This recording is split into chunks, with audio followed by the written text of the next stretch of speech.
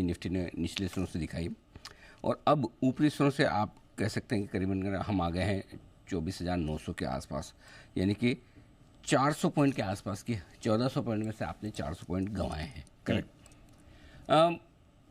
Important क्या है? Important ये है कि जहाँ एक और आप 25,150 के नीचे क्लोज नहीं दे रहे थे पिछले 4 सेशन से, 5 सेशन से, इनफैक्ट 6 सेशन से, आज सीधा आपने 9 सेशन से 25,000 के ऊपर की क्लोजिंग को तोड़ दिया। तो 25,000 के नीचे की क्लोजिंग 9 दिनों बाद होने जा रही है। ये थोड़ी चिंता की बात है, यानी कि शॉर्ट टर्म ट्रेंड आपका थोड़ा डिस्टर्ब करती है। तो पहली बार आपकी साइजेबल प्रॉफिट बुकिंग आई, तो आज क्लोजिंग के लिहाज से ये बहुत इंपॉर्टेंट है कि आप 25,000 को होल्ड करें।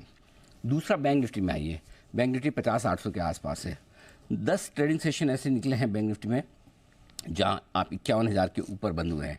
राइट। सो 10 सेशन के बाद आज आप 51,000 के नीचे बंद होने जा रहे हैं। तो पॉइंट ये है कि थोड़ा थोड़ा शॉर्ट टर्म में ट्रेंड डिस्टर्ब होता हुआ दिखा है। आज क्लोजिंग अगर आप 51,000 के नीचे और 25,000 के नीचे देते, जिसकी संभावना दिख रही है, अभी तक तो दिख रही है, क्योंकि जैसा आप भी करेंगे आज किसी भी लिहाज से साइजेबल रिकवरी नहीं आई। अब ये साइजेबल रिकवरी क्यों नहीं आई, इसके 2 कारण हैं। पहला कारण तो दीप ये है कि आपको पता है पिछले 2 सेशन से वायदा कारोबार में स्टॉक फ्यूचर्स में स्पेशली एफआई दम लगाकर बिकवाली कर रहे हैं। उनकी बिकवाली करने की वजह सुबह हमने एनालाइज किया एक ही है, अगर डाउ या नेस्डेक कमज़ोर होते तो उनकी तरफ से बिकवाली आती है। अब आज डाउ फ्यूचर्स आपको फिर से कमजोरी दिखा रहे हैं। करेक्ट। अगर डाउ फ्यूचर्स 125 पॉइंट, अब तो फिर भी ठीक है, बीच में तो एक बार 200 पॉइंट कमजोर हो गए थे, अभी 135 पॉइंट कमजोर है। तो आज रात को भी आपको अमेरिका में कोई बड़ी रिलीफ हो ऐसा लग नहीं रहा है। इस वजह से थोड़ी सी कमजोरी के संकेत आपको यहाँ से आते हुए दिख रहे हैं। Point number 1। दूसरा, एफआईज की बिकवाली, इन दोनों की वजह से। तीसरा ये कि जब आप इंपॉर्टेंट सपोर्ट लेवल तोड़ते हैं तो 2 चीज़ें होती हैं। पहला ये कि जो लोग डिसिप्लिन से ट्रेडिंग करते हैं उनके लिए स्टॉप लॉस ट्रिगर होते हैं, जो बिकवाली का दबाव और बढ़ाता है। दूसरे लोग जो डिसिप्लिन से ट्रेडिंग नहीं करते हैं उनके लिए मार्क टू मार्केट लॉस का दबाव बढ़ाता है। तो दबाव तो बढ़ना ही है, तो दबाव बढ़ना है। तो इसी वजह से आप है ना साइजेबल रिकवरी आते हुए नहीं देख रहे हैं। करेक्ट। तो मेरा ये समझना है अब आपको ये फोकस करना है कि ये तो लगभग गिवन है कि आप निफ्टी 25,000 के नीचे बंद देंगे, बैंक निफ्टी 51,000 के आसपास से नीचे बंदे। आपके लिए इंपॉर्टेंट क्या है? इंपॉर्टेंट है कि अब अगला सपोर्ट लेवल क्या है। सो निफ्टी के लिए जो अगला सपोर्ट लेवल है वो है 24,735 से 24,825। इस 101 पॉइंट 90 पॉइंट की रेंज में अब अगला सपोर्ट बड़ा इंपॉर्टेंट सपोर्ट होगा। रिकवरी आई तो 25,075 को पार करना मुश्किल होगा और वहाँ पर आपको प्रॉफिट बुकिंग करनी है। बैंक निफ्टी 50,525, 50,600 अब अगला सपोर्ट लेवल है आपके लिए बैंक निफ्टी पर। और रिकवरी आई तो 51,150 ये पार होगा तो ही मजबूती तो क्या है, ये कहेंगे कि कम कमजोरी वाला मामला बनतेगा। 50,150 के ऊपर तो निकलना बहुत ज़रूरी है। सो आई थिंक थोड़ा वेट एंड वॉच वाली सिचुएशन करें।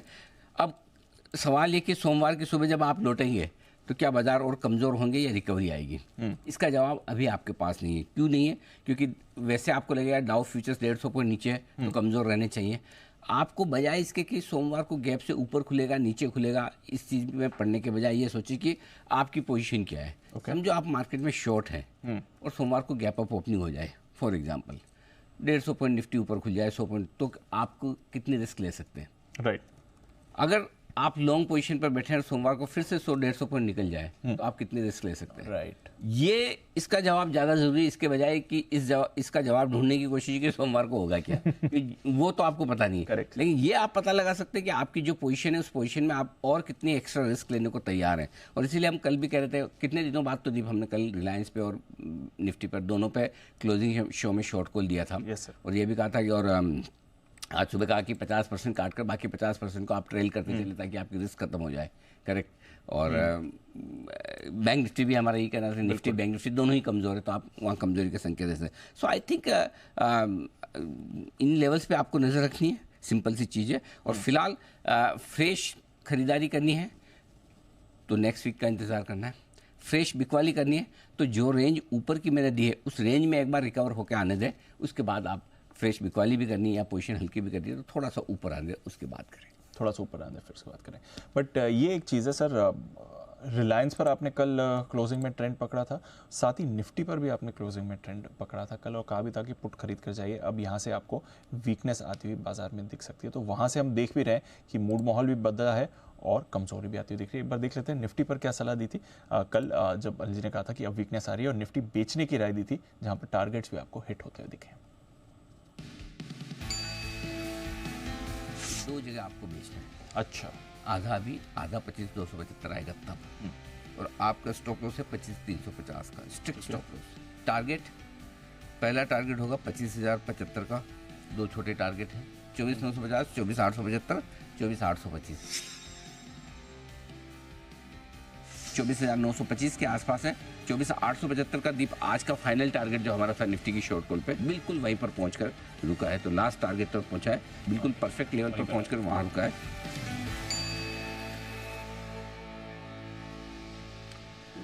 तो ये है आपके लिए बाजार पर इस समय एक्शन जो बनते हुए दिख रहा है और कमजोरी अभी बनी हुई है। अब देखते हैं यहाँ पर अगर बाजार सपोर्ट लेते हैं कि नहीं, सपोर्ट लेवल्स के इर्द गिर्द ही स्टॉक इन एक्शन हो रहा है। स्टॉक इन एक्शन बात करनी है अनिल जी आपके साथ, आइए।